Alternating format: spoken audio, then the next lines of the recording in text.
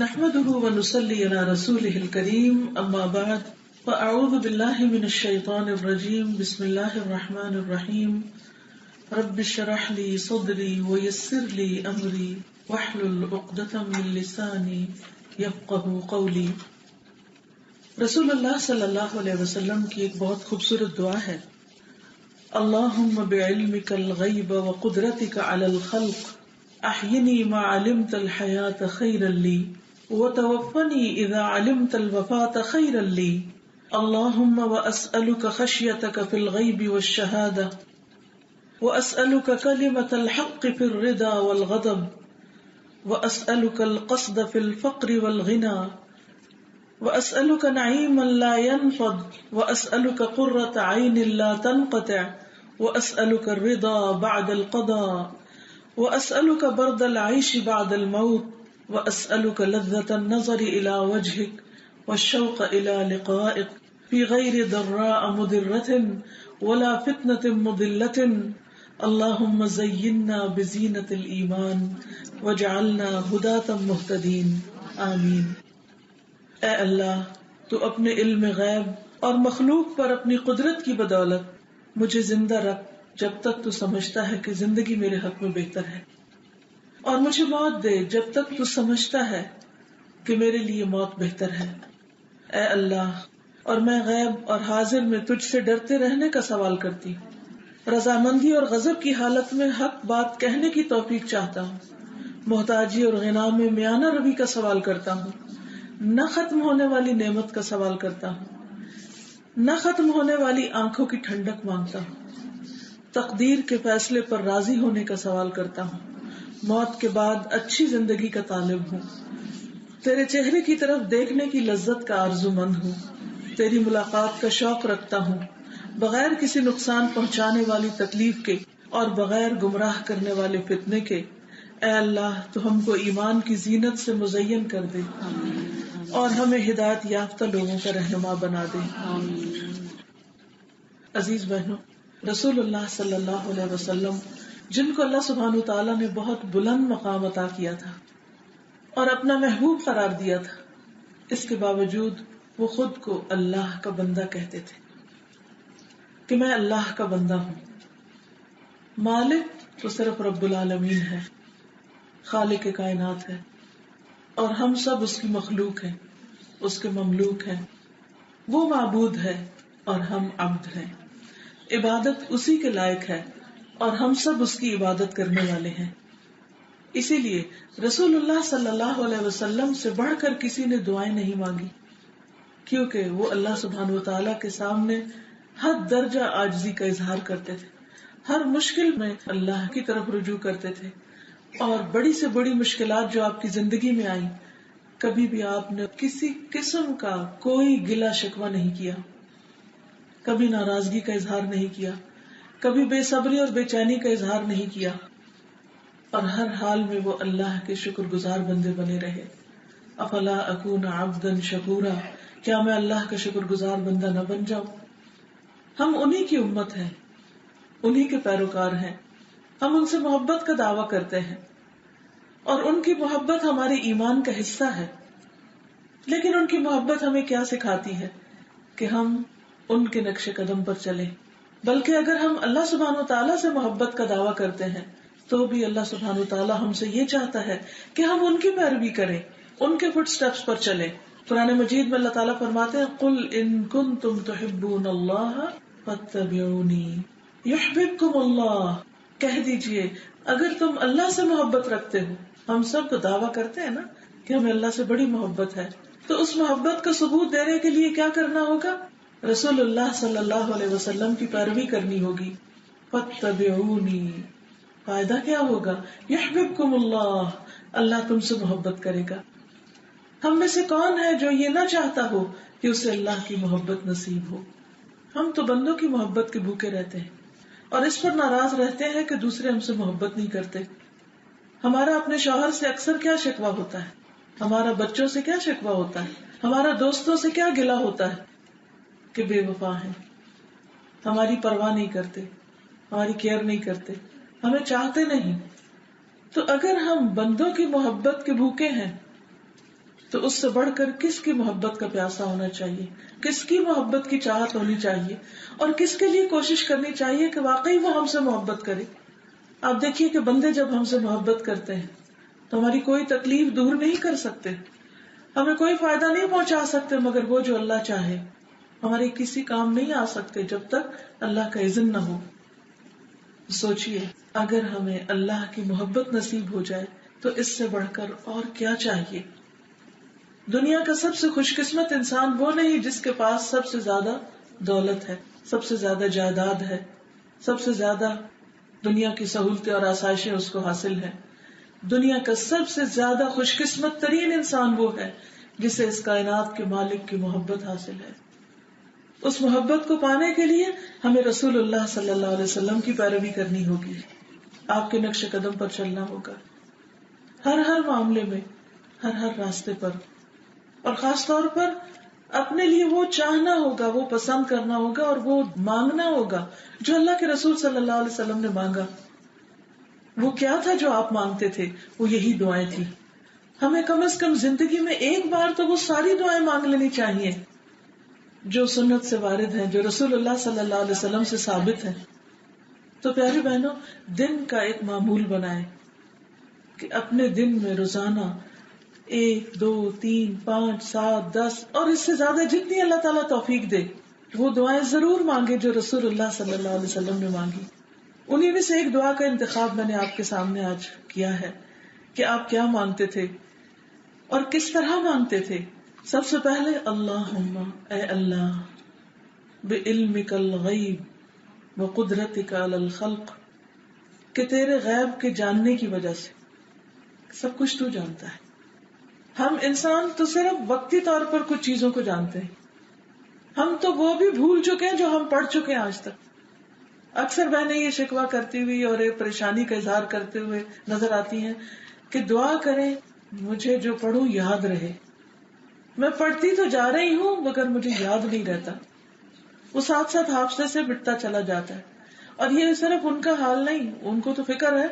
ہم جیسے لوگ جو بے فکرے ہیں ان کو تو فکر بھی نہیں کہ کیا یاد اور کیا بھول گیا.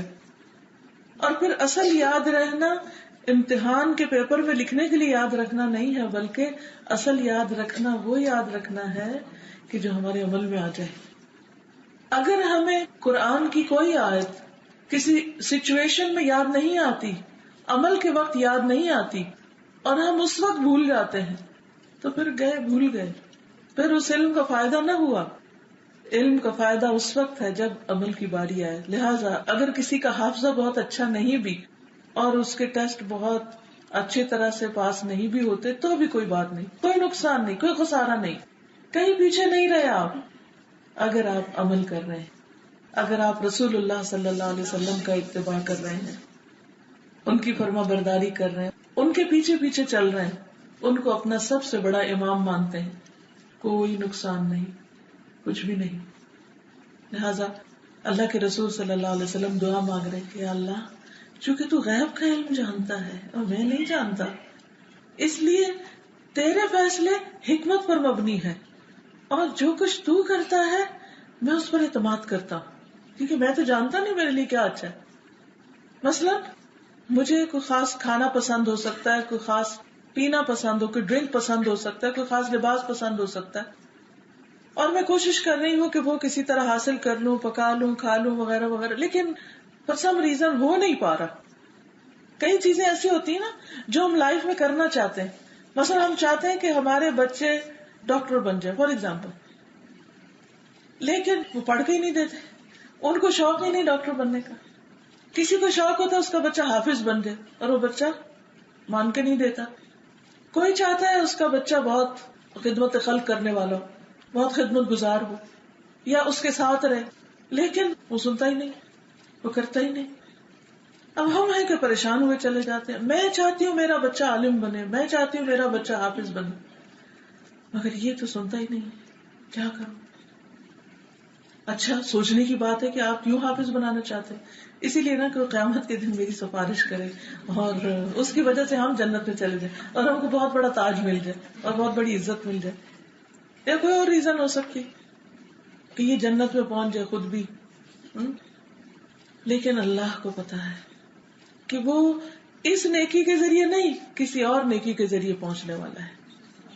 تو ہمیں اللہ سبحانہ وتعالیٰ سے اس کا فضل مانگتے رہنا چاہیے, خیر اور بھلائی مانگتے رہنا چاہیے, اور اللہ تعالیٰ پر مکمل اعتماد کرنا چاہیے کہ اللہ میں آپ سے سوال کر رہی ہوں اور خیر کا سوال کر رہی ہوں, لیکن غیب کا علم سارا تیرے پاس ہے, تو جو تو فیصلہ کرے گا, میری دعا کو جس رنگ میں تو قبول کرے گا, میں اس پہ راضی ہوں.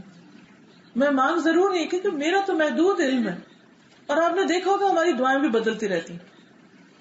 ایک وقت ہوتا ہے ہم ایک چیز مانگتے ہیں, کچھ دن کے بعد ذرا سمجھ آتی ہے تو ہم کہتے ہیں نا یہ نہیں, یہ زیادہ بہتر ہے, وہ مانگنا شروع کر دیتے ہیں. تھوڑے دن کے بعد ذرا اور علم انکریز ہوتا ہے تو کچھ اور مانگنا شروع کر دیتے ہیں. کیا بچپن سے لے کے اب تک ساری دعائیں وہی ہیں؟ نہیں, کتنی تبدیلی آتی رہی, کیونکہ ہم غیب جانتے نہیں. غیب کیا, حاضر میں بھی جو علم کتابوں میں لکھا ہوا ہے وہ بھی نہیں جانتے, پڑھتے ہی نہیں. اب قرآن مجید گھر گھر میں موجود ہے, کتنے لوگ ہیں جو اس کو سمجھنے کی کوشش کرتے ہوں اور اس کے لیے باقاعدہ وقت نکالتے ہوں؟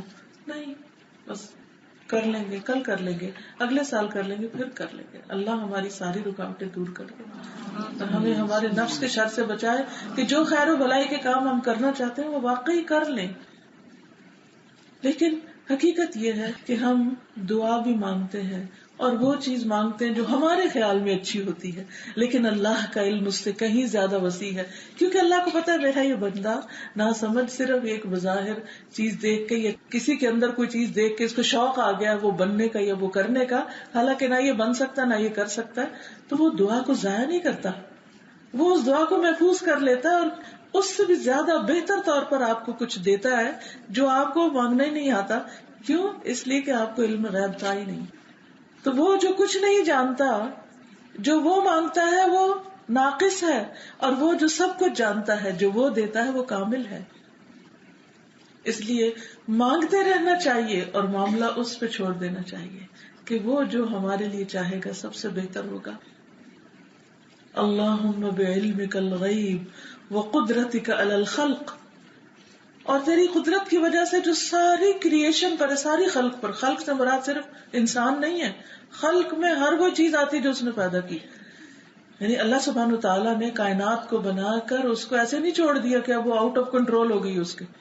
اس نے ایسا کچھ نہیں بنایا کہ جس کو اب وہ پکڑ نہ سکتا ہو یا جس کو وہ اٹھا نہ سکتا ہو اور جو اس کے قابو سے باہر ہو گئی. ہم تو بعض اوقات ایسی چیزیں بناتے ہیں نا کہ جو ہمارے بس میں اختیار میں نہیں رہتی. مثلاً ہم بناتے نہیں, مثلاً ہم بچے پیدا کرتے ہیں, وہ بچے چھوٹے ہوتے ہیں تو ہمارے قابو میں ہوتے ہیں, ہم انہیں کھینچ کے بٹھا لیتے ہیں, پکڑ کے روک لیتے ہیں, ان کو چپ کرا دیتے ہیں, بولتوں کو وغیرہ وغیرہ. لیکن ایک وقت آتا ہے جب وہ جان پکڑتے ہیں, طاقتور ہوتے ہیں, جب قوت پکڑتے ہیں تو پھر کیا کرتے ہیں, وہ ہمیں چپ کرانے لگتے ہیں. پیدا ہم نے کیے, پالے ہم نے, ہمارے اختیار میں تھے, ارے یہ کیا ہوا, وہ ہم سے پوچھتے ہیں کہاں جا رہی ہیں آپ, کیوں جا رہی, کیوں اس چیز کو سنتی, آپ یہ نہیں کر سکتی, فلاں گھر میں نہیں آئے گا, ہم یہ نہیں کریں گے, ہم وہ نہیں کریں گے. اتنی ساری باتیں آپ سوچتے اچھا. جب سے میرا بیٹا بڑا ہو تو میں اسے کہتی ہوں میں تمہاری ماں ہوں, تم میرے ابا نہیں ہو, تم میرے مالک نہیں ہو, مجھے ڈکٹیٹ مت کرو. کیونکہ بچے جب تھوڑا سا بھی پڑھ جاتے ہیں نا تو وہ سمجھتے ہیں کہ ہم سب کچھ بن گئے, اب ہم ہر ایک کو اپنے پیچھے لگائیں, تو یہ پاسبل نہیں. اور ماں کو ایسا ہونا بھی نہیں چاہیے کہ بچوں کو سر چڑھائیں. ٹھیک ہے, لاڈ کریں, پیار کریں, ان کو سمجھائیں, سکھائیں, سب کچھ کریں, مگر ان کو ان کی حدود سکھائیں. آپ یہاں ہیں, اللہ نے آپ کو حکم دیا ہے کہ ماں باپ کے آگے, یہ میرا حکم نہیں ہے, یہ اللہ کا حکم ہے. اللہ سبحانہ وتعالیٰ تم سے یہ چاہتا ہے کہ ماں باپ کے آگے کندھے جھکا کے رکھو.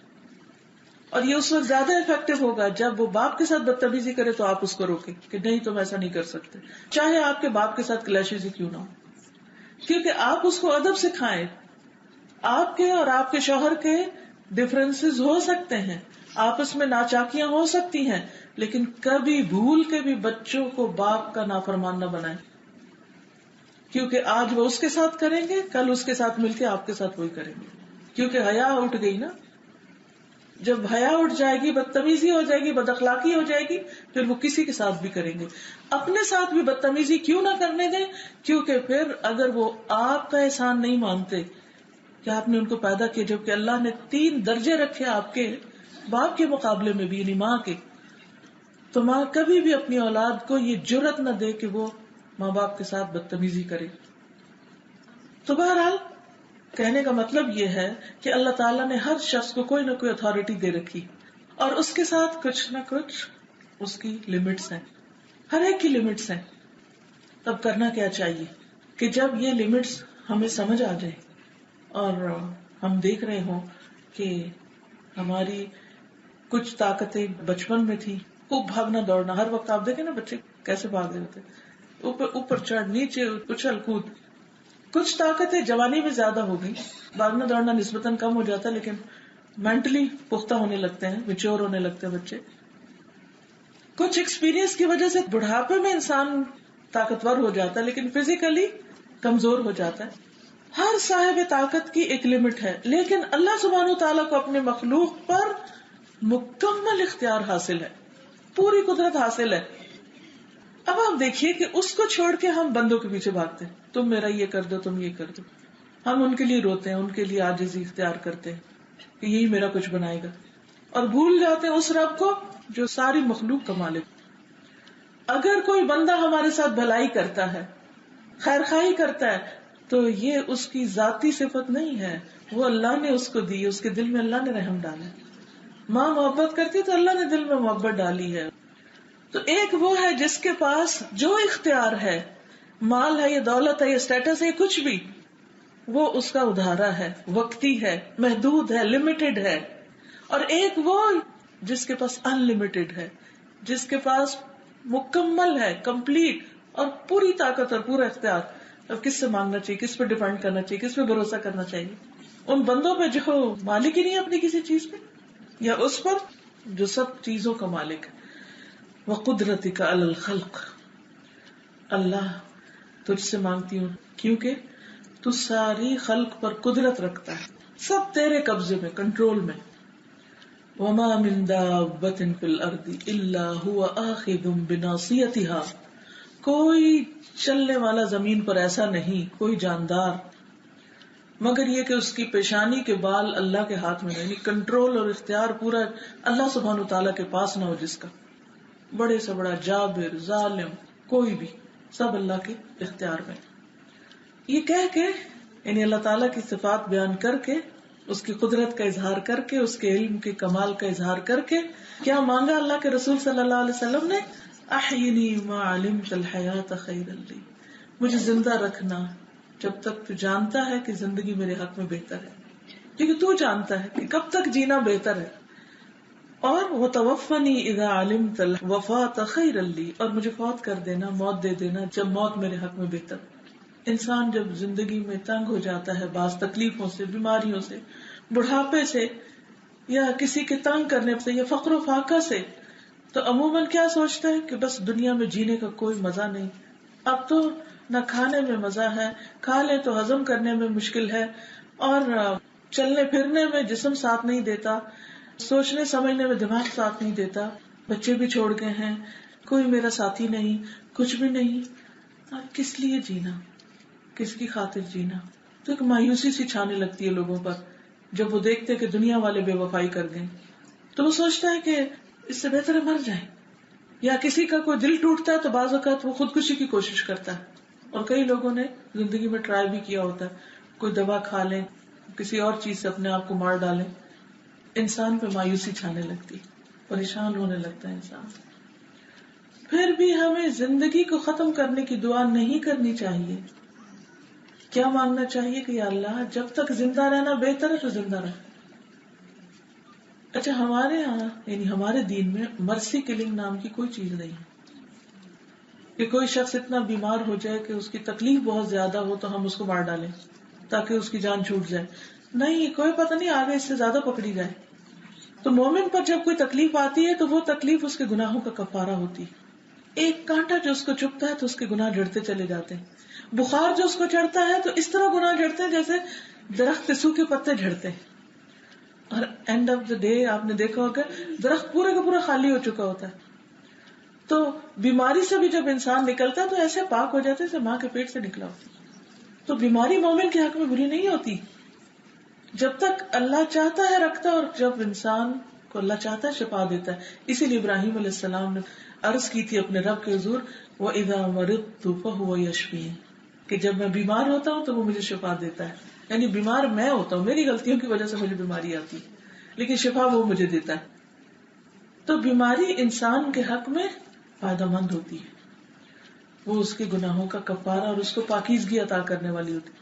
اس لیے اگر آپ کسی شخص کو بہت پین میں بھی دیکھیں, کبھی نہ سوچیں, کبھی بدگمانی نہ کریں کہ نعوذ باللہ اللہ تعالیٰ ظالم ہے اور وہ اس بندے کو سزا دے رہے ہیں یا کچھ نہیں. بعض اوقات گناہوں کا کفارہ اور بعض اوقات درجوں کی بلندی. کل کو اتنا بڑا اجر کہ انسان سوچ بھی نہ سکے. دنیا میں ایک اولاد کے حصول کی خاطر عورتیں کیسی کیسی تکلیفیں برداشت کرتی ہیں, پریگنینسی سے لے کر ڈیلیوری کے سارے مرحلے شدید ترین تکلیف کے, لیکن کس لیے؟ اولاد کی خاطر نہ, ایک خوشی کی خاطر کہ انسان سمجھتا میں اس کے بغیر انکمپلیٹ ہوں. اور جن کے پاس اولاد نہیں ہوتی بعض اوقات اس غم میں ساری ساری زندگی روتے رہتے ہیں, حالانکہ ضرورت نہیں رونے کی. اللہ تعالیٰ اس کا عوض ان کو بہت جلدی دے دے گا, کیونکہ دنیا میں جب اللہ تعالیٰ کوئی چیز لے لیتا ہے یا انسان کو ملتی نہیں تو آخرت میں اس کا بہت بڑا اجر ہے بے حساب, اور وہاں مل بھی جائے گی اور ہمیشہ کے لیے مل جائے گی. تو چند دن کی تو بات ہے, تھوڑے دن کا امتحان ہے, جو ملا وہ بھی اور جو نہیں ملا وہ بھی. اس لیے مایوس نہیں ہونا, موت نہیں مانگنی, اپنے لیے بری چیز نہیں مانگنی, اپنے حق میں بد دعا نہیں کرنی, بچوں کو بد دعا نہیں دینی, کسی کو بھی بد دعا نہیں دینی, کیونکہ اگر وہ قبول ہو گئی تو انسان خود ہی پھر پریشان ہوگا. کیونکہ ہمیں غیب کا علم نہیں نا, اللہ کو پتا ہے کہ اس بندے کو اس درجے کی تکلیف چاہیے. اور لا یکلف اللہ نفسا الا وسعها, اللہ کسی کو اس کی وسعت سے زیادہ تکلیف دیتا بھی نہیں. اس کو پتا ہے کہ اتنی بندہ سہ سکتا ہے, اتنا وہ بوجھ اس پہ ڈال دیتا ہے تاکہ وہ اس کو سہ کے کل بہتر زندگی کی طرف لوٹے. اس کو پتا ہے جنت کیسی ہے اور اس بندے کا درجہ کیسا ہے, اس نے اس کو وہاں تک پہنچانا ہے. ہم کہتے ہیں ہائے ہائے جلدی سے بس اب کوئی شارٹ کٹ ہو, ختم ہو یہی معاملہ, اور یہ جلدی سے وہاں پہنچے. وہاں نہیں, وہاں جانے کے لیے سٹیپس ہیں, وہ پار کرنے ہیں, اس تکلیف اور اس دکھ اس درد سے گزرنا ہے. نو پین نو گین.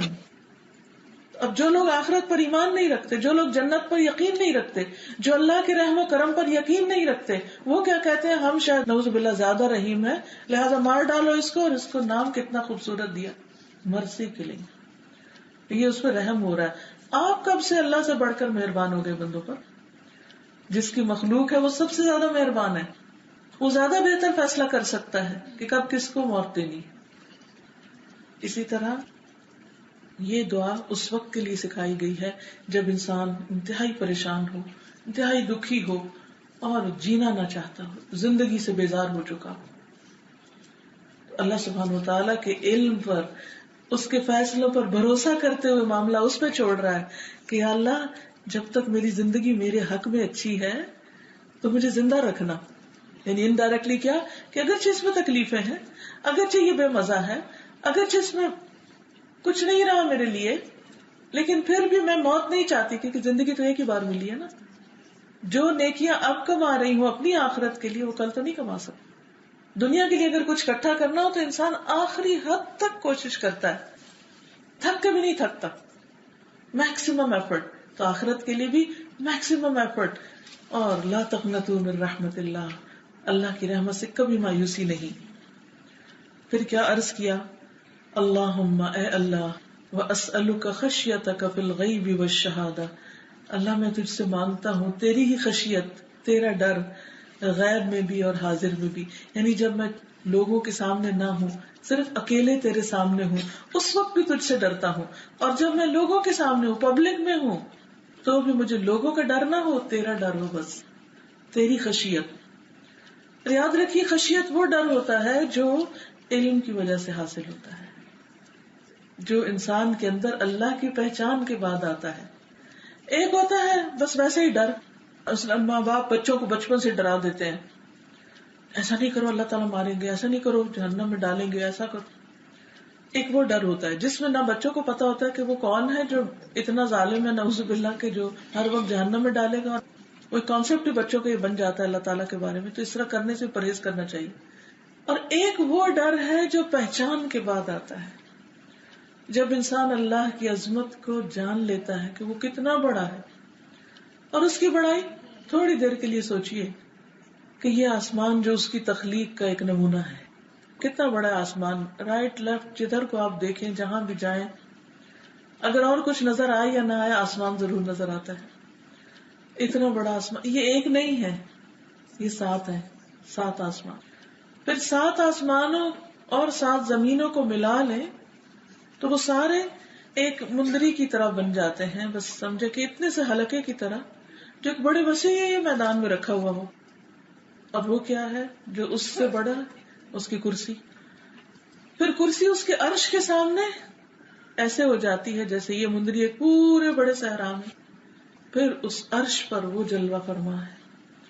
انسان کا دماغ سوچ ہی نہیں سکتا، آنکھ دیکھ ہی نہیں سکتی. ہماری آنکھ تو آسمان تک بھی پوری چیز نہیں دیکھتی. اب دن کو بھی ستارے موجود ہیں، کس کو نظر آتے ہیں؟ ہماری لمیٹیشنز ہیں.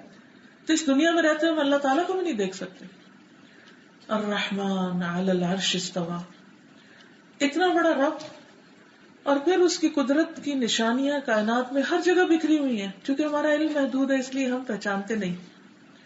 تو جب ہم یہ کہتے ہیں کہ تیرے علم غیب کی وجہ سے، تو پھر ہم اکیلے میں بھی اس سے ڈرتے ہیں. حالانکہ تو اندھیروں کے بیچ میں بھی ایسے ہی دیکھتا ہے جیسے روشنی میں دیکھا جاتا ہے.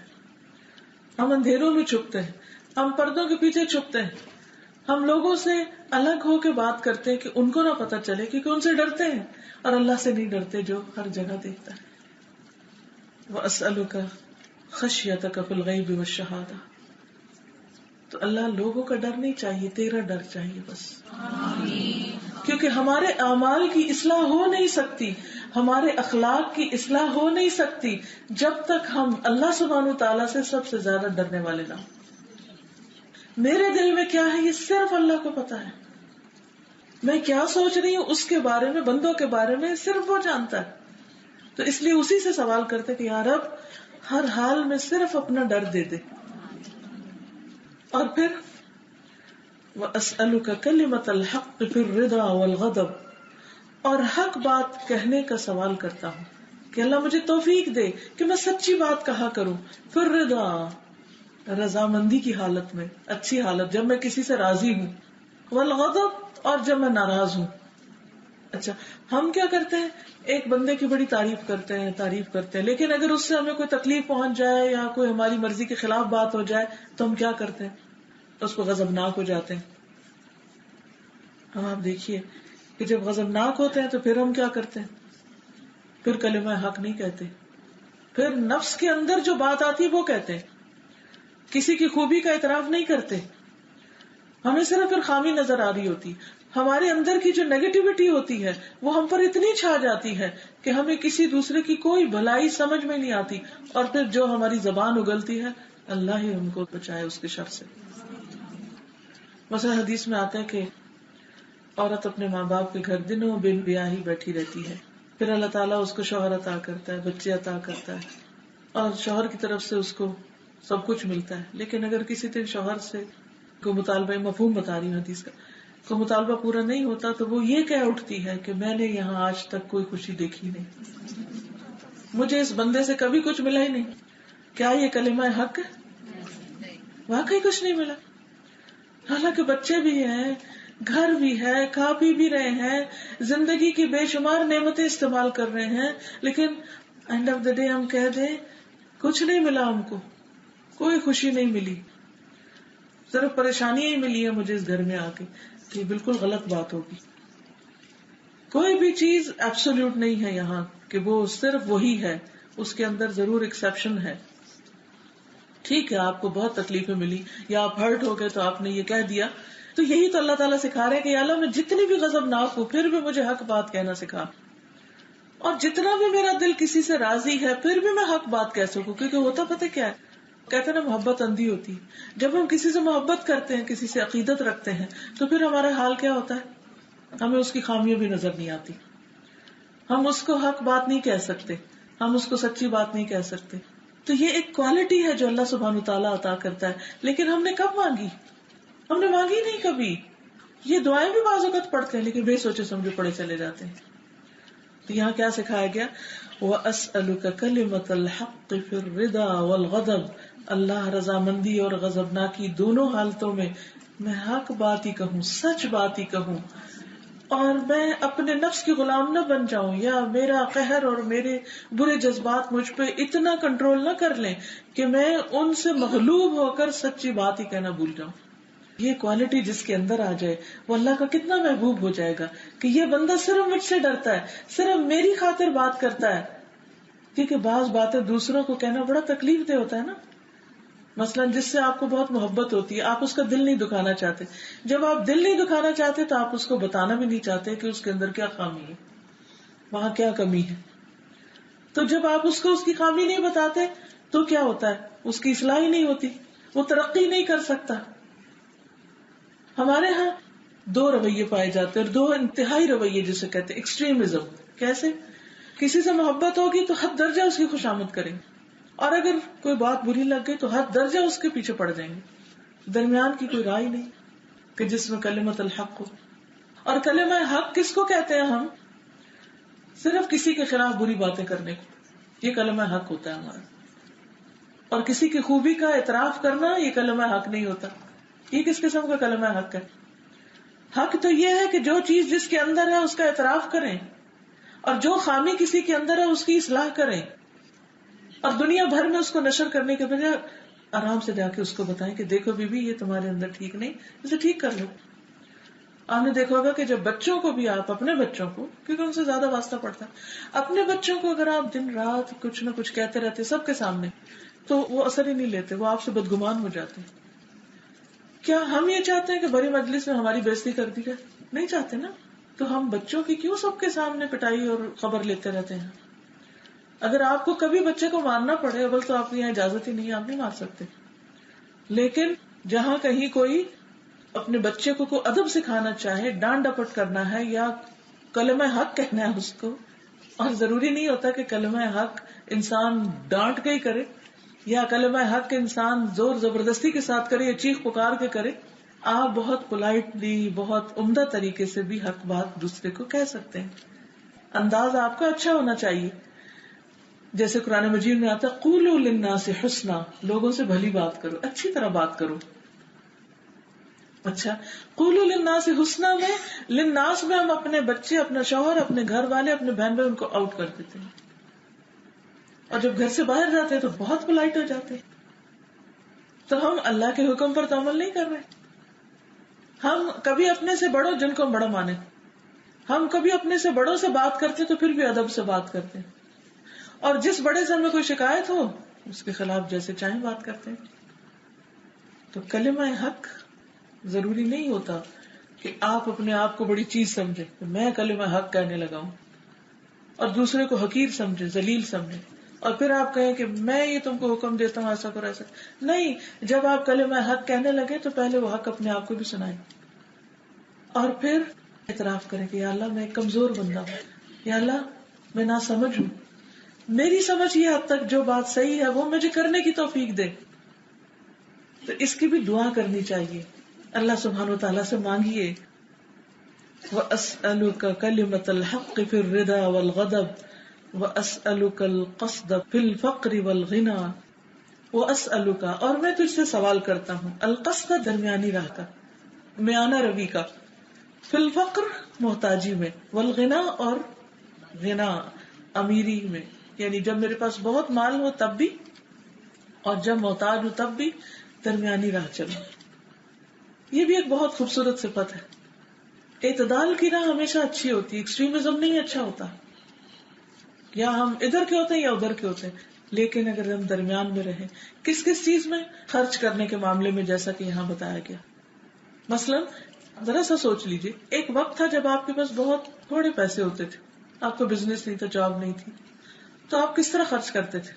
اور اب وہ وقت ہے کہ جب آپ کے پاس ڈھیروں ہیں، اب کیسے خرچ کرتے ہیں. اس کو اور اس کو کمپیئر کیجیے. اگر آپ ویسے ہی کر رہے ہیں تو آپ اعتدال کی راہ پر ہیں، اور اگر آپ کل کچھ نہیں تھا تو کچھ بھی نہیں خرچ کرتے تھے، اور آج بہت کچھ ہے تو بس خرچ کیے چلے جا رہے ہیں بغیر سوچے سمجھے. نہیں، ایسا نہیں کرنا. ہمارے پیغمبر صلی اللہ علیہ وسلم نے ہمیں کیا سکھایا کہ اگر تم دریا کے کنارے ہو تب بھی بس اتنا پانی وضو کے لیے لو جتنے سے وضو ہو جائے، جیسے لوٹا بھر پانی ہوتا ہے. ہمیں چونکہ یہاں پر پریشر والا پانی نصیب ہے، اس لیے ہم ایک دفعہ کھول دیتے ہیں اور پھر اس کے بعد بالٹی بھی شاید کافی نہ ہو ہمارے وضو کے لیے. اور جب ایسی کسی جگہ پر جاتے ہیں جہاں پانی نہیں ہوتا وہاں لوٹا بھی کافی کر لیتے ہیں. تو درمیانی راہ اختیار کریں، خواہ ڈھیروں بھی ہو. اچھا کیوں درمیانی راہ اختیار کریں مال خرچ کرنے کے معاملے میں؟ اس لیے کہ ضروری نہیں کہ آج اگر آپ کے پاس ہے تو کل بھی ہوگا. ایسا ہوتا ہے نا، نہیں تھا پھر بہت اوپر گئے اور پھر واپس آ گئے. اب کیا ہوگا اگر عادت نہیں ہے درمیانی راہ اختیار کرنے کی؟ تو سخت پریشانی اور مایوسی اور حسرت ہے دل میں کہ ہائے وہ وقت تھا جب میرے پاس بہت کچھ تھا کہ روز جوڑا بناتی تھی اور آج نہیں ہے. اعتدال ضرورت کی چیز. اچھا تو پھر وہ باقی پیسوں کا کیا کریں؟ اب تو اتنے زیادہ ہیں کہ سمجھ ہی نہیں آتی خرچ کہاں کریں، تو ان کا کیا کریں؟ تو ہمیں منی مینجمنٹ آنی چاہیے. بیسٹ انویسٹمنٹ کہاں؟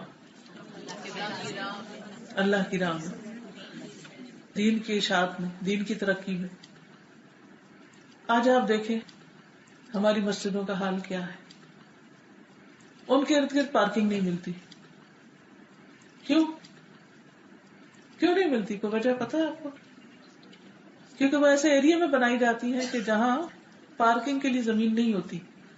پھر وہ کبھی دوسروں کے گراج کے آگے پارک کرتے ہیں، کبھی راستے میں، کبھی یلو لائن پہ، کبھی ریڈ لائن پہ. اچھا وجہ کیا ہے؟ پارکنگ کم کیوں ہے؟ کیونکہ زمین کم ہے. اب زیادہ زمین لینے کے لیے کیا چاہیے؟ انویسٹمنٹ چاہیے، زیادہ پیسے چاہیے. اب ہم بازار جائیں گے ایک ہی ٹرپ میں تو ہم کچھ بھی خرچ کر لیں گے، جو ملے گا، جو پسند آئے گا، چاہے ضرورت ہو یا نہ ہو، اس کو پھر گراج سیل میں دے دیں گے. اچھا اور اگر مسجد جائیں گے کتنا اسپینڈ کرتے ہیں؟ یہ بھی مسجد ہے نا. تو یہاں آنے کے لیے ہم تھوڑی سوچتے ہیں کہ وہاں کچھ ڈال کے بھی آئیں. آخر ہم نے بجلی استعمال کی، آخر ہم نے جگہ استعمال کی، آخر مسجد کے رننگ کاسٹ ہے. ہم کہتے ہیں ہاں کچھ لوگ ہیں اللہ کے بندے، وہ کر رہے ہیں نا، بس ہم کیوں دیں؟ تو جو بھی کر رہا ہے وہ اپنے لیے کر رہا ہے. ان احسنتم احسنتم لانفسکم. کتنی بے شمار مسجدیں ایسی ہیں کہ جن کے ٹوائلٹس انتہائی خستہ حال ہیں. کتنی مسجدیں ایسی ہیں کہ جس میں پراپر ہیٹنگ کا انتظام نہیں. کتنی جگہ ایسی، کیونکہ میں مختلف جگہوں پہ جا رہی ہوں تو حالات دیکھ رہی ہوں کہ ہم نے اپنی مسجدوں کو کس طرح مینٹین کیا ہوا. کسی شادی ہال میں جائیں تو کس قسم کی مینٹیننس ہوتی، اور مسجد میں جائیں تو کیسی مینٹیننس ہوتی. صفائی کا حال کیا ہے؟ مسجد انتظامیہ کیوں نہیں کر پاتی؟ وجہ کیا ہے؟ کیونکہ انف فنڈز نہیں ہیں. آپ یقین کریں کہ اگر ہمیں ایک دن بھی یہ احساس ہو جائے نا یہ اللہ کا گھر ہے، اللہ کا گھر، تو ہم اپنے گھروں سے زیادہ اس پہ پیسے خرچ کریں گے. کیونکہ جس سے محبت ہوتی ہے اس کے گھر سے بھی محبت ہوتی ہے، اس کے گھر سے بھی محبت ہوتی ہے. اور جب اس کے گھر سے محبت ہوتی ہے تو ہم کیا چاہتے ہیں؟ اس کا گھر میرے گھر سے زیادہ اچھا نظر آئے. ہم میں سے ہر ایک کی تمنا یہ ہونی چاہیے کہ ہمارے ایریے کی مسجد ہمارے گھروں سے زیادہ خوبصورت ہو، کیونکہ یہ تو میرا گھر ہے اور میں نے تو دنیا سے چلے جانا ہے، اور یہ اللہ کا گھر ہے، یہ باقی رہے گا. یہ میرے پیارے رب کا گھر ہے. اس کی صفائی ستھرائی، اس کی مینٹیننس، اس کی خوبصورتی کہ کوئی بھی مسلم نان مسلم، ہمارے بچے، ینگر جنریشن، کوئی بھی اندر آئے کہ واو اتنا سکون، اتنی صفائی، اتنی خوبصورت، اتنا اچھا سب کچھ، کہ وہاں جو بھی نماز پڑھے اس کے خشوع و خضوع میں کئی گنا اضافہ ہو جائے. لیکن یہ کام کیسے ہوگا؟ جب ہم اپنی ضروریات میں اعتدال کے ساتھ خرچ کریں گے اور باقی مال کو اللہ کے راہ میں خرچ کریں گے، جس میں مسجدیں بھی آتی ہیں، جس میں تعلیمی ادارے بھی آتے ہیں، جس میں اس میں پڑھنے والے لوگ بھی آتے ہیں، پڑھانے والے بھی آتے ہیں. آپ دیکھیں کہ کسی بھی قوم کی پہچان اس کی ایجوکیشن ہوتی ہے کہ وہ کتنی ایجوکیٹڈ ہے، اس کے مینرز کیا ہیں، اس کی اخلاقیات کیا ہیں، اس کی پرائرٹیز کیا ہیں، اس کے گولز کیا ہیں، وہ کس چیز میں انویسٹ کر رہی ہے. بجٹ کا بڑا پورشن کس چیز میں؟ اپنی ذاتی زندگی میں بھی دیکھا کریں کہ میرے مال میں، میرے بجٹ میں سب سے زیادہ حصہ کس چیز کا ہے؟ سب سے زیادہ کہاں خرچ کر رہے ہوتے ہیں؟ کھانے میں. ڈیلی جو آپ خرچ کرتے ہیں سب سے زیادہ کس میں؟ کپڑا بھی کبھی کبھار بنتا ہے، اسکول کی فی وغیرہ یہاں تو خیر فری ہے، لیکن جہاں دیتے ہیں مہینے میں ایک دفعہ، سال میں ایک دفعہ جاتی، اور وہ بھی اگر ہمارا بس چلے تو نہ دے، وہ تو یونیورسٹیز لیتی ہیں تو پھر دینا ہی پڑتا ہے.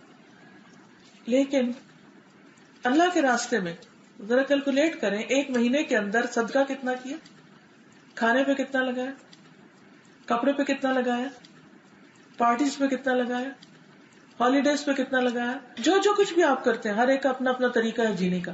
یہ تو صرف میں ایگزامپل دے رہی ہوں. تو اس میں ذرا بیٹھ کے لکھیں اس کو اور دیکھیں کہ میں اپنی آخرت کے لیے کیا انویسٹ کر رہی ہوں. جب آخرت کی انویسٹمنٹ کی بات آتی ہے تو ہم یہ کہتے ہیں ابھی تو فلاں کام بھی ہے، ابھی تو بچوں کی شادی کرنی، ابھی تو حج کرنا ہے، ابھی تو فلاں کرنا ہے، ابھی فلاں کرنا ہے. بہت سے کام ہمیں یاد آ جاتے ہیں اور پھر ہم بھول جاتے ہیں اور کرنے کا کام نہیں کرتے. تو اس لیے وَأَسْأَلُكَ الْقَصْدَ فِي الْفَقْرِ وَالْغِنَى وَأَسْأَلُكَ نَعِيمًا لَا يَنْفَدُ. اے اللہ میں تجھ سے سوال کرتا ہوں اس نعمت کا جو کبھی ختم نہیں ہوگی، جس کو زوال ہے ہی نہیں، جس کو خاتمہ ہے ہی نہیں. اللہ وہ نعمت چاہیے. ہم سب چاہتے ہیں نا. دنیا میں کچھ بھی ملتا ہے تو ساتھ ایک خوف بھی آتا ہے، یہ تو چلی جائے گی، یہ نعمت تو چلی جائے گی، جوانی چلی جائے گی، صحت چلی جائے گی، ہمارے پیارے لوگ چلے جائیں گے یا ہم چلے جائیں گے. کیا آپ کے ساتھ ایسا نہیں ہوتا کہ کئی دفعہ آپ رات میں سوئے پڑے بچوں کو ایک نظر دیکھیں اور پھر ایک دم آپ کے دل میں خیال آئے کہ بڑے ہو جائیں گے، پھر پڑھنے چلے جائیں گے، ان کی شادیاں ہو جائیں گی، یہ اپنے اپنے گھروں کو سدھار جائیں گے، یا ہو سکتا ہے ان کو چھوڑ کر میں ہی دنیا سے چلی جاؤں. تو دل میں ایک ہوک سی اٹھتی ہے نا. پھر یہ دنیا ہر لمحہ جدا ہو رہی ہے، ہر لمحہ، ہر منٹ جو گزر رہا ہے وہ ہماری زندگی سے مائنس ہو رہا ہے، جدا ہو رہا ہے، جدا ہو رہا ہے. یہ جدائیوں پر مبنی دنیا ہے، اس میں کچھ بھی پائیدار نہیں، کچھ بھی پرماننٹ نہیں. لیکن جنت کی نعمتیں ہمیشہ کی ہیں. اس لیے ان نعمتوں کا سوال کیا کیجیے. وَأَسْأَلُكَ نَعِيمًا لَا يَنْفَدُ. اللہ وہ نعمتیں چاہیے جو کبھی بھی ختم نہ ہو. وَأَسْأَلُكَ قُرَّةَ عَيْنٍ لَا تَنْقَطِعُ. مجھے آنکھوں کی وہ ٹھنڈک چاہیے جو کبھی بھی ختم نہ ہو. اللہ سبحانہ تعالیٰ نے ہمارے لیے بہت سے لذت کے سامان پیدا کیے، کوئی زبان پر ہے، کوئی ناک میں، کوئی آنکھوں میں. تو آنکھیں جب برا منظر دیکھتی ہیں تو تکلیف ہوتی ہے اور جب اچھا منظر دیکھتی ہے تو خوش ہوتی ہے. تو اللہ مجھے ایسے ہی منظر دکھا کہ جو میری آنکھوں کو ٹھنڈا کرتے رہے اور وہ کبھی ختم نہ ہو. اور یاد رکھیے وہ دنیا میں نہیں ہو سکتا. دنیا میں تو بہت دفعہ اپنے ہی پیاروں کے فوت شدہ چہرے دیکھنے پڑتے ہیں، بعض اوقات ایکسیڈنٹ دیکھنے پڑتے ہیں، بعض اوقات فتنہ فساد. اور اب تو ٹیلی ویژن نے اور انٹرنیٹ نے آپ کے سامنے وہ کچھ لا رکھا کہ جو آپ دیکھنا بھی نہ چاہیں لیکن دیکھنے میں مجبور ہوتے ہیں. خبریں چل رہی ہیں، ایسا سین آ جائے گا کہ آپ کا دل دہل جائے. خبریں چلتے چلتے بیچ میں ایسا فحش سین آ جائے گا کہ آپ آنکھیں بند کر لیں. اور کچھ لوگ نہیں بھی کرتے تھے، وہ ایک دفعہ دیکھتے ہیں، دوسری دفعہ، اور پھر ان کو عادت پڑ جاتی ہے اور اسی غلاظت میں، اسی دلدل میں ڈوب جاتے. شیطان ان کے لیے برے مناظر کو اور خوبصورت بنا دیتا ہے اور اس طرح ایمان کا نور ان کے اندر سے چلا جاتا ہے، حکمت چلی جاتی ہے، کانفیڈنس چلا جاتا ہے، بہت سے نیک کاموں کی توفیق چلی جاتی ہے. اور یہ شروع کہاں سے ہوا؟ بس ایک جھلک سے. تو یا رب مجھے آنکھوں کی ٹھنڈک چاہیے، مجھے یہ بےہودہ فحش مناظر نہیں چاہیے، مجھے پریشان کن مناظر نہ جیتے میں نہ سوتے میں، نیند میں بھی نہیں چاہیے. وَأَسْأَلُكَ نَعِيمًا لَا يَنْفَدُ وَأَسْأَلُكَ قُرَّةَ عَيْنٍ لَا يَنْقَطِعُ وَأَسْأَلُكَ الرِّضَا بَعْدَ الْقَضَاءِ. اور اے اللہ تقدیر پر رضامندی چاہیے، تقدیر کے فیصلوں کو ایکسپٹ کرنے کی توفیق چاہیے. کتنی خوبصورت دعا ہے، کیونکہ اللہ سبحانہ وتعالیٰ نے ہماری پیدائش سے 50,000 سال پہلے ہی ہماری تقدیریں لکھ دی تھی. اور بہت سے حادثے جو زندگی میں آتے ہیں وہ پہلے سے اللہ کو پتا ہے کہ آنے ہیں، وہ ہٹتے نہیں ہیں، وہ آ کے ہی رہتے ہیں. مثلا کوئی بیماری آ گئی، کوئی پریشانی آ گئی، تو اس موقع پر یہ دعا کرنی چاہیے کہ یا اللہ اسے ایکسپٹ کرنے کی صلاحیت دے دے کہ یہ آنی تھی، اب اس پر میں ناراض نہ ہوں. کیونکہ ہوتا پتہ کیا ہے، جب ہم کسی تکلیف پر، کسی پریشانی پر اللہ سبحانہ وتعالیٰ سے ناراض ہوتے ہیں تو حاصل کچھ بھی نہیں ہوتا. کسی بھی تکلیف کو برا سمجھنا اور کسی بھی تکلیف پہ ناراض ہونا اور برا ہے، الٹا اور گناہوں میں اضافہ ہو جاتا اور تکلیف بڑھ جاتی ہے. تو اس لیے حزن اور غم سے پناہ مانگی گئی. حزن کا معنی ہوتا ہے جو پاسٹ میں غم آیا وہ گزر گیا لیکن اب تک ہم اس کی جلن محسوس کرتے رہتے. کتنی تکلیف دہ بات ہے. مثلاً کسی نے آپ کے ساتھ بہت برا سلوک کیا اور اس کا زخم آپ کے دل میں بن گیا، اور اب وہ آپ کو اکثر اوقات بات یاد آ جاتی ہے اور آپ کھڑے کھڑے رونا شروع کر دیتے ہیں۔ کوئی ایسا مسئلہ تو نہیں زندگی؟ سوچئے کون سی چیز رلاتی ہے، کس کا برا سلوک۔ بعض لوگوں کو بچپن میں ان کے والدین فوت ہو جاتے ہیں، رشتہ داروں کے گھر پلنا پڑتا ہے۔ بعض لوگوں کے ساتھ ایسا حادثہ ہو جاتا ہے کہ بچپن میں ان کو کوئی ابیوز کرتا ہے، کسی نے ان کے ساتھ زیادتی کی، جنسی زیادتی یا تشدد کیا۔ بعض اوقات وہ قریبی رشتہ داروں میں سے کوئی ہو سکتا ہے کہ جس کو انسان کبھی بھول نہیں سکتا۔ کبھی کوئی حادثہ دیکھنا پڑتا ہے، کوئی ایسا خوفناک سین انسان زندگی میں دیکھ لیتا ہے کہ جو بڑے ہونے تک اس کا پیچھا نہیں چھوڑتا۔ اور آپ کو معلوم ہے کہ کئی بیماریاں، جو لوگ آپ نے سے سائیکالوجی پڑھے ہوئے ہیں وہ جانتے ہیں کہ بہت سی بیماریاں جن کی وجہ نہیں پتہ چلتی اور ڈاکٹرز کہتے ہیں کوئی چیز نہیں آپ کو، اس کی بنیاد میں ہماری زندگی کے وہ حادثے ہوتے ہیں جو ہم بھول بھی چکے ہوتے ہیں بعض اوقات۔ انفارمیشن کا پروسیس کیسے ہوتا ہے کہ ہم ایک چیز دیکھتے ہیں تو جو کچھ ہم دیکھتے ہیں ہمارا دماغ اس کو ریکارڈ کر لیتا ہے فار ایور، آپ اس کو مٹا نہیں سکتے، دیٹس دیئر ناؤ۔ اب وہ کیا ہوتا ہے، کچھ عرصہ تو ہمارے اوپر والے حصے میں رہتا ہے کہ ہمیں یاد رہتا ہے، پھر اس کے بعد وہ نیچے چلا جاتا ہے، سب کانشیس میں چلا جاتا ہے، پھر کبھی کبھی وہ اوپر آ جاتا ہے۔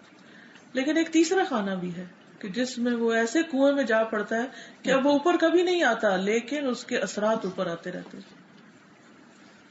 آپ کو نہیں یاد کہ آپ کو بچپن میں کسی نے مارا تھا جس کی وجہ سے آپ آج بھی ٹھنڈے سانس بھرتے ہیں؟ کئی لوگ ہوں گے نا وداؤٹ اینی ریزن بیٹھ کے ٹھنڈا سانس لیں گے، اگر ان سے پوچھے بھی خیریت ہے کیا ہے، نہیں کچھ بھی نہیں، اچھا میں نے ایسا کیا مجھے تو پتا بھی نہیں ہوتا ان کو، اور ٹھنڈے سانس لے رہے ہوتے ہیں۔ کہیں کوئی چوٹ ہے نہیں، کسی نے کچھ کہا نہیں، کچھ بھی یاد نہیں، لیکن وہ جو روح کی گہرائیوں میں چوٹ لگ چکی ہے وہ بار بار اٹھ کے کہیں سے آتی ہے ایک ان نون شکل میں، کبھی آہوں کی شکل میں، کبھی بلا وجہ رونے کی شکل میں، کبھی بلا وجہ اداسی کی شکل میں۔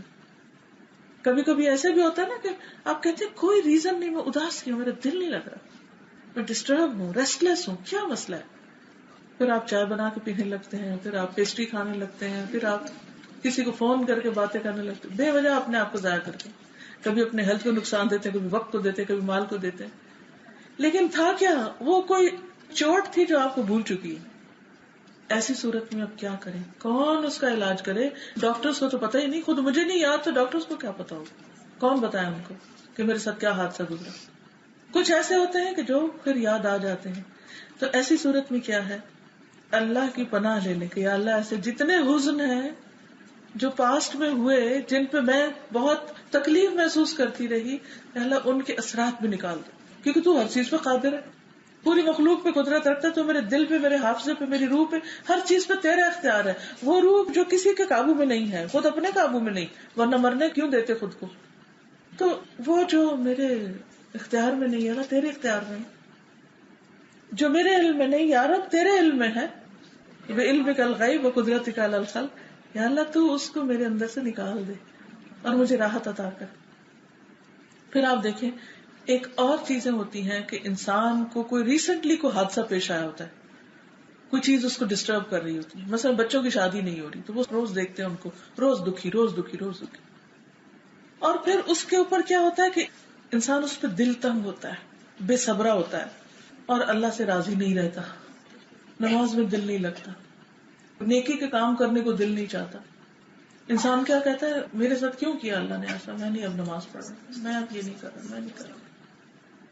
یہ جو ناراضگی ہے یہ اللہ کو اور ناراض کرتی ہے، یہ اللہ کو اور ناراض کرتی ہے۔ کیا اللہ سے ناراض ہو کے ہم کسی اور کے پاس جا کے مقابلہ کریں گے اللہ تعالیٰ کا؟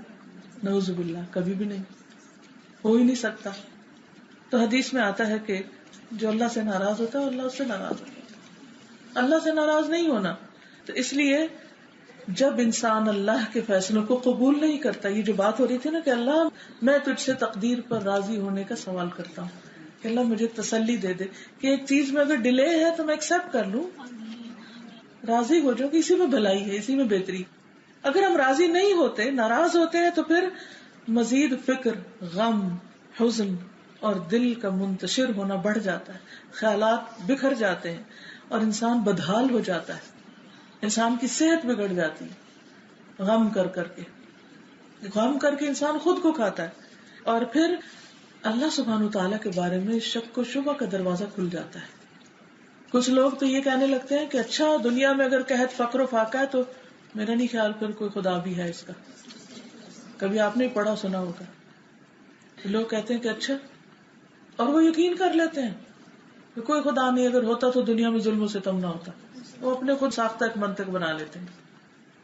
اور پھر آہستہ آہستہ جو شک ہے وہ انسان کے اندر ایک ایسی کیفیت اختیار کر لیتا ہے کہ جس سے انسان مستقل طور پہ اللہ سے ناراض رہنے لگتا ہے.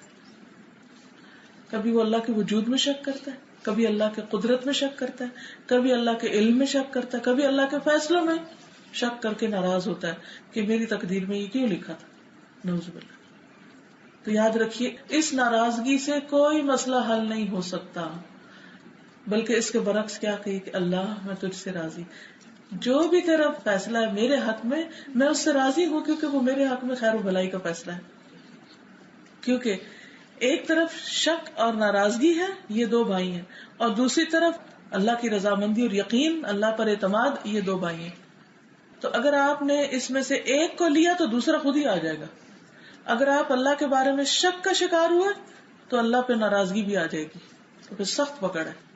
اور اگر آپ اللہ کے فیصلوں پہ راضی ہو گئے تو آپ کے دل میں اللہ پر اور ایمان اور یقین بڑھ جائے گا، اور اللہ تعالیٰ ہمیشہ کے لیے آپ سے راضی ہو جائے گا. رسول اللہ صلی اللہ علیہ وسلم نے فرمایا جب اللہ تعالیٰ کسی قوم سے محبت کرتے ہیں تو اس کو آزمائش میں مبتلا کر دیتے ہیں. پس جو اس پہ راضی رہا اس کے لیے اللہ کی رضا ہے، اور جو ناراض ہوا اس کے لیے اللہ کی ناراضگی اور غصہ ہے. آپ اللہ سے غصے ہو رہے ہیں، اللہ آپ سے بڑھ کر آپ پر غصے ہے. آپ اللہ سے ناراض ہیں، اللہ تعالیٰ آپ سے بڑھ کر آپ پر ناراض ہے. تو اگر اللہ ہی ناراض ہے تو مرنے کے بعد جائیں گے کہاں؟ کیا کوئی فرشتے بچائیں گے ہم کو، یا کوئی اور بزرگ؟ کوئی بھی نہیں بچا سکے گا. تو اللہ پر ناراضگی اور اللہ کے بارے میں شک کے کئی ایک نقصان ہے. نمبر ایک یہ کہ انسان کا غم بڑھ جاتا ہے، انسان کی فرسٹریشن بڑھ جاتی ہے، وہ ٹکرے مارنے لگتا ہے، وہ واویلے کرنے لگتا ہے اور بنتا بناتا کچھ بھی نہیں. دوسری یہ کہ انسان مایوس ہونے لگتا ہے، امید ختم ہو جاتی ہے، اور جس زندگی سے امید ختم ہو جائے اس کے اندر کوئی خوشی نہیں رہتی. مایوس انسان اپنی ذات کے لیے بھی اور دوسروں کے لیے بھی ایک وبال ہوتا ہے، سب اس سے بھاگتے ہیں کیونکہ وہ ہر ایک کے سامنے بیٹھ کے مایوسی کی باتیں کرتا ہے. پھر یہ ہے کہ جب انسان ناراض ہوتا ہے تو اس کو صبر کرنے کا کوئی اجر نہیں ملتا، صبر کرتا ہی نہیں بلکہ وہ اس کا اجر مفقود ہو جاتا ہے، کھو جاتا ہے. پھر اسی طرح یہ ہے کہ بعض اوقات تکلیف اور زیادہ بڑھ جاتی ہے، آزمائش لمبی ہو جاتی ہے. مثلا وہ حدیث میں آتا ہے نا کہ ایک شخص کی دعا قبولیت کے بالکل قریب تھی کہ اتنے میں پکار اٹھتا کہ میری کوئی دعا نہیں سنی جاتی. یہ ناراضگی کا جملہ ہے. تو اب کیا ہے، وہ واقعی جو اس کو ملنے والا تھا وہ اور دور چلا جاتا ہے. 2-4 ہاتھ رہ گیا تھا کہ منہ نے ایسی بات نکالی کہ اللہ تعالیٰ ناراض ہو گیا اور اس کو ہمیشہ کے لیے پھر خوار کیا جب تک وہ توبہ نہ کر لے. تو اس لیے ناراض نہیں ہونا، کبھی ناراض نہیں ہونا. دل میں اگر کوئی ایسی بات آئے بھی تو زبان سے کہ الحمدللہ الحمدللہ، اللہ میں راضی ہوں، اللہ تو نے بچہ لے لیا میں راضی ہوں، اللہ تو نے مجھے بچے نہیں دیے میں پھر بھی راضی ہوں، اللہ میرا شوہر بہت سخت ہے تو نے اس کو میرے لیے ساتھی چنا تو میں پھر بھی راضی ہوں تجھ سے، اللہ تو نے رزق زیادہ نہیں دیا میں پھر بھی راضی ہوں، تو نے مجھے زندگی تو دی، اللہ میرے بچوں کی شادی نہیں ہو رہی تو بھی میں راضی ہوں، بس تو سننے والا ہے، تو یہ سارے مسئلے حل کر دے، سارا اختیار تیرے پاس ہے، ساری قدرت تیرے پاس ہے.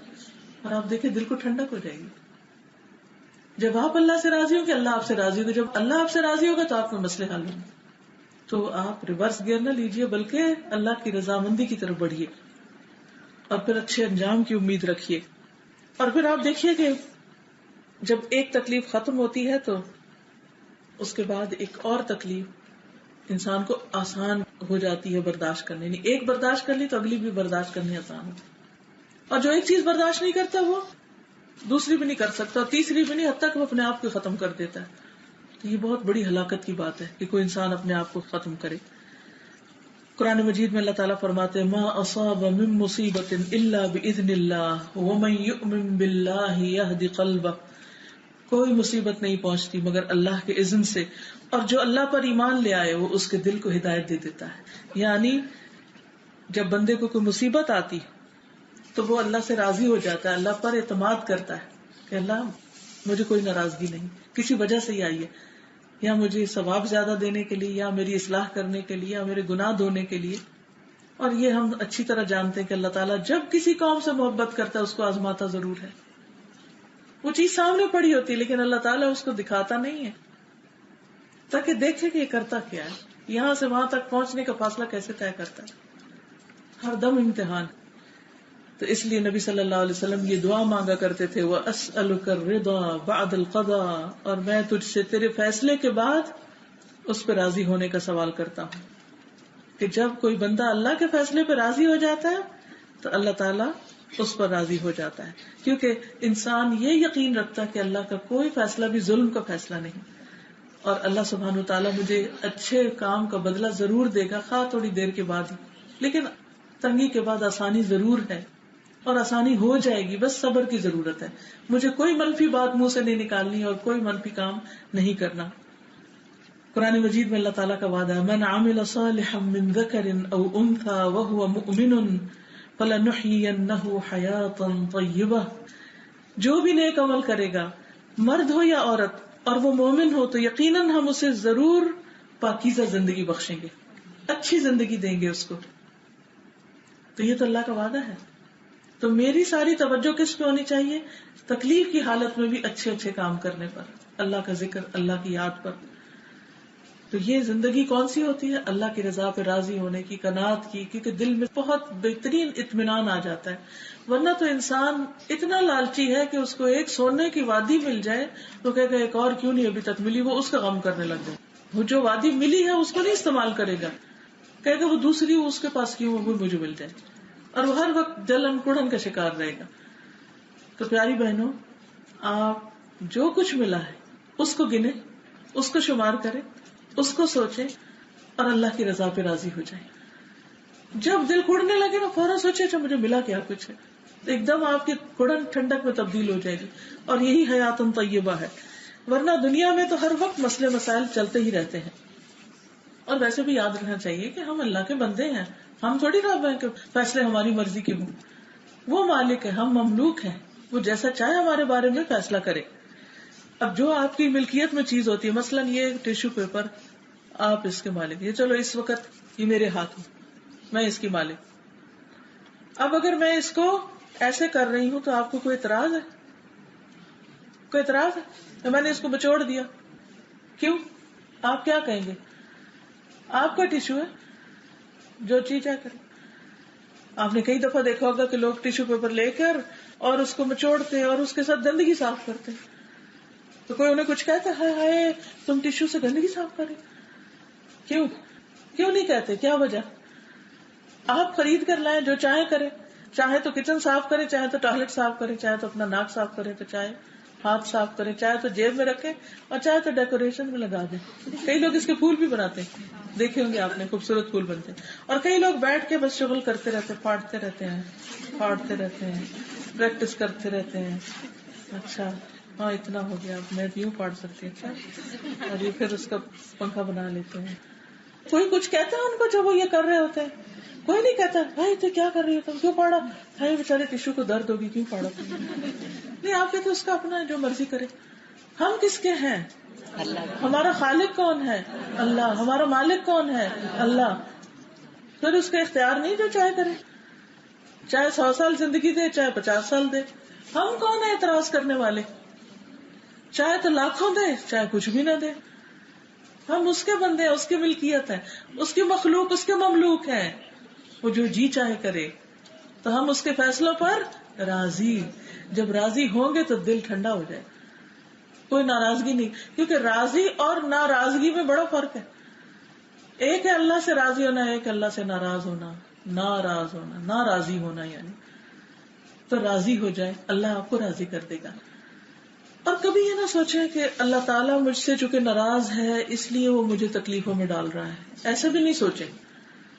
کوئی بھی تکلیف اللہ کی ناراضگی کی علامت نہیں ہوتی، بس اس نے امتحان لینا ہے نا، آزمانا ہے، نکھارنا ہے، چمکانا ہے، اجر زیادہ دینا ہے، بلند رتبے دینے ہیں، ثواب دینا ہے، ہماری اصلاح کرنی ہے، ہمیں اور زیادہ اچھا بنانا ہے. تو اس لیے وہ یہ چیزیں لائے گا زندگی میں. تو اس پر ناراض نہیں ہونا، بس حکمت سمجھنا. سب سے زیادہ محبوب کون تھا اللہ کا؟ رسول اللہ صلی اللہ علیہ وسلم. جب آپ نے اسلام کی دعوت دی تو کیسی کیسی تکلیفیں آئیں. آپ کو اجازت نہیں تھی کہ اللہ کے گھر کے پاس کھڑے ہو کر نماز پڑھ سکیں، چھپ کر دار ارقم میں نماز پڑھتے تھے. حالانکہ آپ اس کعبے کی تعمیر کرنے والوں میں شامل تھے. یاد ہے وہ بچپن کا واقعہ جب کعبہ تعمیر ہو رہا؟ وہ اللہ کا گھر تھا، آپ کا حق تھا وہاں کھڑے ہو کے نماز پڑھتے، لیکن نہیں پڑھ سکتے تھے. کیا اللہ کے پاس طاقت نہیں تھی کہ ان سارے دشمنوں کو ملی امیٹ کرتا اور آپ کو کہتا پڑھو نماز میں؟ لیکن اللہ نے ایسا نہیں کیا، کیونکہ آپ کے درجے بلند کرنے تھے اس آزمائش سے، اور ان لوگوں کو بھی ہدایت دینی تھی، ان کا بھی بھلا چاہنا تھا. اور وہ ہو گئے نا مکہ فتح ہونے کے بعد مسلمان، اور جو ان میں سے بڑے ظالم تھے ان کو اللہ نے ایک طرف ٹکانے لگا دیا.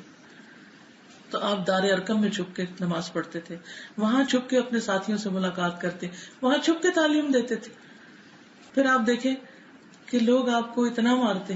طائف میں کیا ہوا؟ پتھروں سے مارا کہ خون بہ بہ کے ایڑیاں جو تھی وہ خون کی وجہ سے جم گئی، جوتے میں خون جم گیا. جب آپ نماز کہیں اعلانیہ پڑھنے کی کوشش کرتے تو آپ کی پیٹھ پہ کیا لا کے رکھتے تھے؟ اونٹ کی اوجھ. جو بندہ اٹھانا اس کے لیے مشکل، اونٹ کی اوجھ. لیکن آپ کیا کرتے تھے؟ کبھی گلا کیا کہ یارو تو نے میرے ساتھ یہ کیوں کیا؟ اگر ہمارے ساتھ کبھی ایسا ہو تو ہم تو جو منہ میں آئے پھر بولیں. اللہ سے راضی کہاں، اللہ کی رضامندی کدھر؟ جب موسم حج ہوتا تھا تو آپ لوگوں کو پکار کے کہتے تھے کون ہے جو مجھے ٹھکانہ دے، کون ہے جو میری مدد کرے. پھر جب آپ ایک دفعہ حج کے موقع پر کوئی مدد کے لیے تیار نہیں ہوا تو آپ مکہ سے باہر نکلے، اور واپس آنے کے لیے آپ کو اجازت نہیں تھی، اپنے گھر آنے کی اجازت نہیں رہی. تو آپ کچھ لوگوں کی پناہ میں واپس آئے، لیکن آپ نے کوئی گلہ نہیں کیا، کوئی اعتراض نہیں کیا، کوئی گھٹن نہیں. کوئی اور ہوتا اگر آپ کی جگہ تو کیا کہتا کہ یا رب تو ہر چیز کر سکتا، پھر میں کیوں کمزور ہوں؟ ہم تو ایسی دعا کرتے ہیں نا. اسی طرح حدیبیہ کے دن حضرت عمر نے کہا تھا نا، اور پھر ساری زندگی اس بات پر روتے تھے کہ میں نے کیوں کہا. کیا کہا تھا کہ آپ نے کیوں ان کی شرطیں مان لی کفار کی؟ کیا ہم حق پر نہیں؟ تو اللہ کے رسول صلی اللہ علیہ وسلم نے کیا کہا؟ انی عبداللہ ولن یضیعنی، میں اللہ کا بندہ ہوں، مجھے ہرگز ضائع نہیں کرے گا.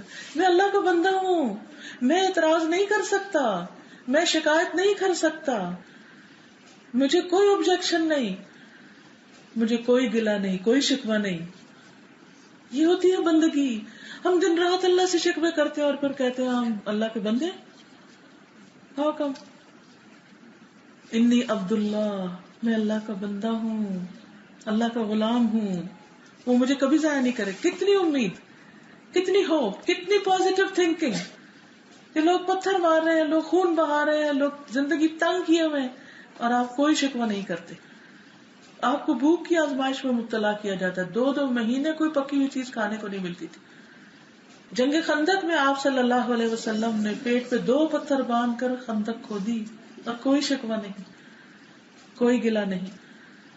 احد کے دن آپ کا دانت توڑا گیا، کوئی شکوہ نہیں.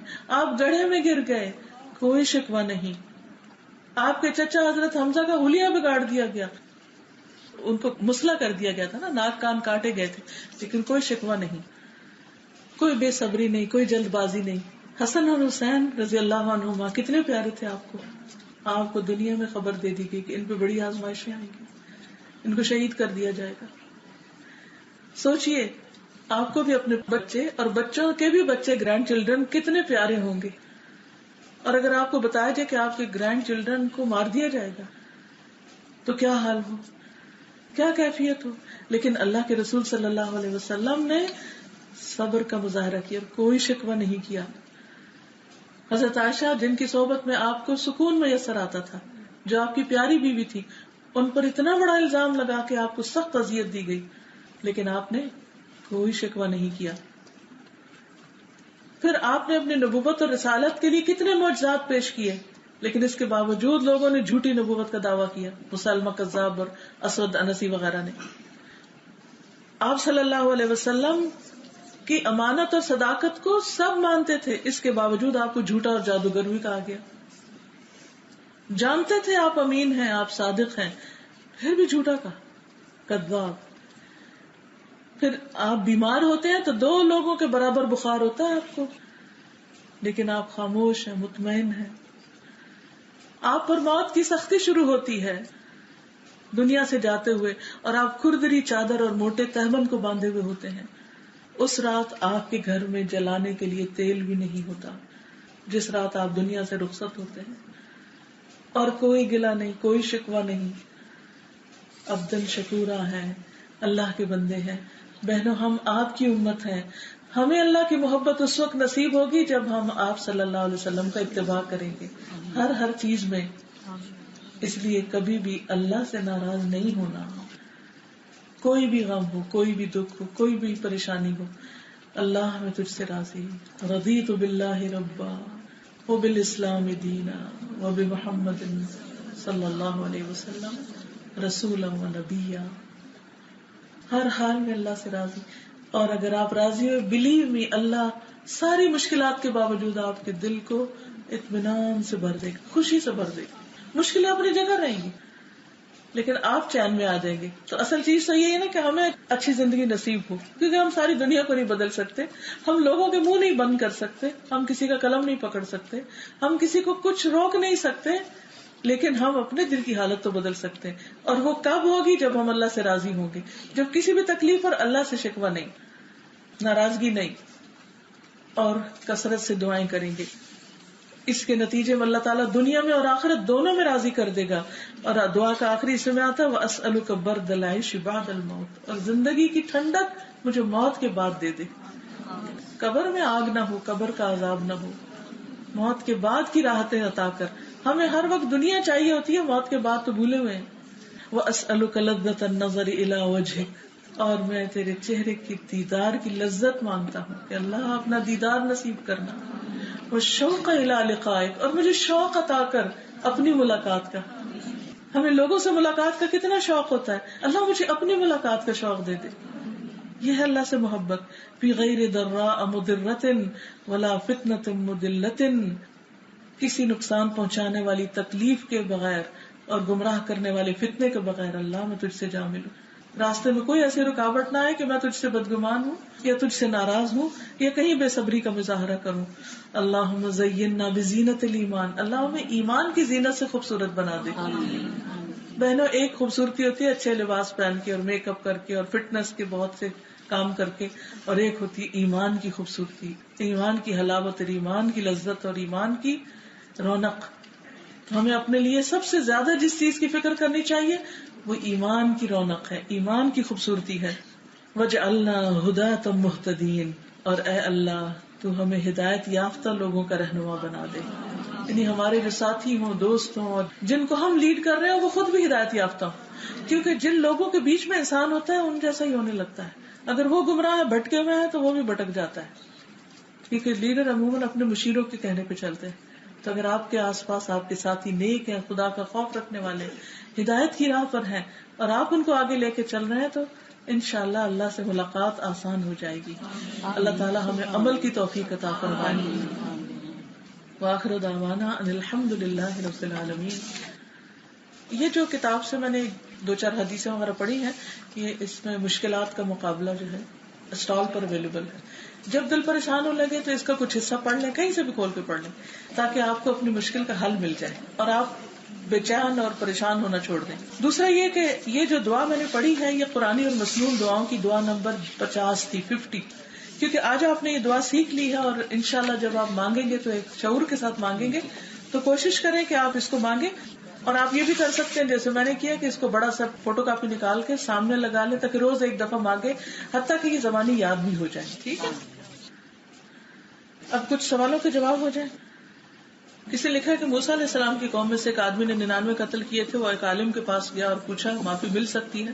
اس نے کہا نہیں، تو اس کو بھی قتل کر دیا. دوسرے کے پاس گیا، اس نے کہا معافی مل سکتی ہے، تو اسے مل گئی. عموماً کہا جاتا ہے اگر کسی نے زیادتی کی ہوگی تو معافی نہیں ملے گی جب تک معاف نہ کرے. برائے مہربانی اس پر روشنی ڈالیے. دیکھیے کہ اصل معافی کا اختیار اللہ سبحانہ وتعالیٰ کے پاس ہے. یہ جب کہا جاتا ہے نا کہ بندے جب تک معاف نہ کریں تو معافی نہیں ہوتی، یہ بات درست ہے، اور یہ بندوں پر ظلم کرنے سے روک تھام کے لیے یہ بات کہی گئی. اس نے قتل کا ارتکاب کیا تھا، بندوں کو کچھ اور نہیں کیا تھا. ٹھیک ہے، تو اگر کوئی شخص قتل کرتا ہے تو یہ دراصل اللہ سبحانہ وتعالیٰ کے حکم کی نافرمانی اور بہت بڑا کبیرہ گناہ ہے، اور اس کے لیے مصیبت کا باعث ہے. کہنے کا یہاں مطلب یہ ہے، یعنی یہ سٹوری سنانے کا یا یہ صحیح حدیث سے ثابت ہے کہ غلطی تو ہر بندہ کرتا ہے نا، بندوں کے ساتھ بھی زیادتی کر جاتا ہے، اللہ کے حق میں بھی. تو اگر کوئی شخص یہ کہے کہ اللہ تعالیٰ معاف نہیں کرے گا تو یہ اللہ تعالیٰ کی رحمت کے خلاف ہے. دوسری بات یہ کہ مایوسی شیطان کے وسوسوں کا دروازہ کھول دیتی، شیطان کی طرف سے ہوتی ہے، اللہ سے دور کر دیتی، بندہ شیطان کے قریب ہو جائے. پھر وہ کہتا ہے اچھا معافی تو ہونی نہیں ہے، میں اور بھی 4 گناہ کر لوں، مزے کروں دنیا میں. نہیں، اصل اختیار اللہ کے پاس ہے، جب جس کو چاہے معاف کر دے. اب وہ بات کہاں گئی کہ کسی انسان کے حق میں زیادتی کی تو اس کا کیا بنا؟ اللہ تعالیٰ اس کو اپنی طرف سے اتنا دے گا کہ وہ خوش ہو جائے، اس کو بھی خوش کر دے گا، اس کو بھی معاف کر دے گا. کہ اللہ اپنے بندوں کے حق میں بے پناہ مہربان ہے.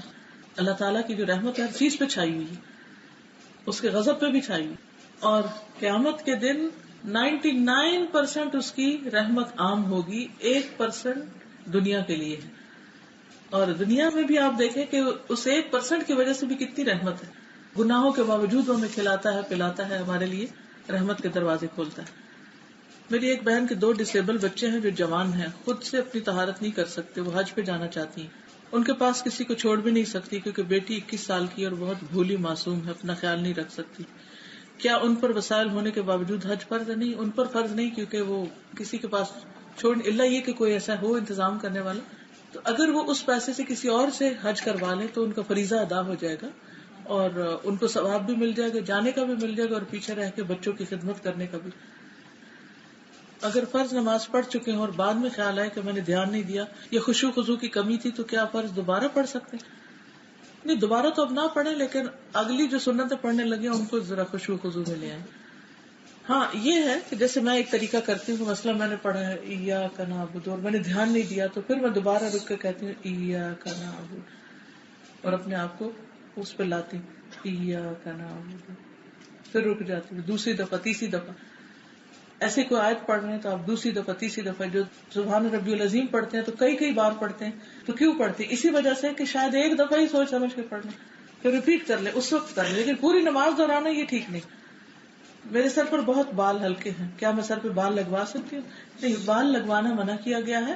الواصلہ والمستوصلہ پر لعنت کی گئی ہے حدیث میں، کہ جو بالوں کے ساتھ بال جوڑے کسی بھی شکل میں اپنے بالوں میں اضافہ کرنے کے لیے، چاہے وہ وگ لگائیں یا ان کو ٹرانسپلانٹ کرائیں یا کوئی بھی، تو اس میں طریقہ یہ ہے کہ آپ بلیک اگر کیپ نیچے سے پہن لیں اور اوپر اپنا دوپٹہ وغیرہ لے لیں تو اتنا پتہ نہیں چلتا. امی کی عمر 70 سال ہے، وہ نماز میں سجدے زیادہ کر جاتی ہیں، بار بار ایسا تو کوئی بات نہیں، اللہ کو پتا ہے، اللہ تعالیٰ معاف کرنے والا ہے، آخر میں سجدہ سہو کر لیا کرے. کیا روحانی علاج کروانا جائز ہے یا نہیں؟ تعویذ پہننا جائز ہے یا نہیں؟ روحانی علاج کسی سے کروانے کی بجائے، وہ بھی اللہ کا بندہ، آپ بھی اللہ کا بندہ، خود پڑھیے چیزوں کو، ٹھیک ہے نا. تعویذ پہننے کی بجائے جو تعویذ میں ہے وہ پڑھ لیجیے. یعنی کہ نبی صلی اللہ علیہ وسلم نے بچوں کے گلے میں کچھ نہیں لٹکایا تھا، ان کے اوپر پڑھ کے دم کرتے تھے. ٹھیک. جو والدین وفات پا چکے ہیں، کیا ان کی قضا نمازوں کا ہدیہ اولاد ادا کر سکتی ہے؟ کیونکہ ٹی وی میں بتایا گیا تھا کہ ایک قضا نماز کا 3 پاؤنڈ ہدیہ بنتا ہے. کسی حدیث سے ثابت کوئی نہیں ہے. کسی نے لکھا کہ میں ایک ایسے گناہ میں مبتلا ہو گئی ہوں کہ جس سے نکل نہیں پا رہی، تو آپ اپنی جگہ تبدیل کریں. کیونکہ 99 کا قاتل جو تھا اس نے 100 کو بھی کر دیا، تو اس کو کیا کہا گیا کہ تم ہجرت کر جاؤ. ہجرت اسی لیے تو ہے، اس جگہ کو، اس شخص کو چھوڑ دینا چاہیے کہ جو انسان کو حرام سے نہ نکلنے دے یا حرام کام پر مجبور کرے. کیونکہ قیامت کے دن کوئی یہ بہانہ نہیں کر سکتا کہ دوسرے شخص نے مجھے کہا گناہ کرو. تو اس صورت میں انسان کو توبہ استغفار کر کے ایسی جگہ چلے جانا چاہیے جہاں پر نیک لوگ ہوں. کیونکہ اللہ کو اپنے اعمال کا حساب دینا، اللہ نے ہمیں اتنا مجبور نہیں بنایا کہ ہم جانتے بوجھتے گناہ کرتے چلے جائیں. استقامت کو اپنے اندر رچانا چاہتی ہوں. استقامت کے لیے یہ ہے کہ ایک طرف علم اور دوسری طرف اچھی صحبت ضروری ہوتی. آپ نے انٹرنیشنل لیول پر کام کیا، اس کا سیکرٹ کیا ہے سکسیس کا؟ اللہ کی مدد.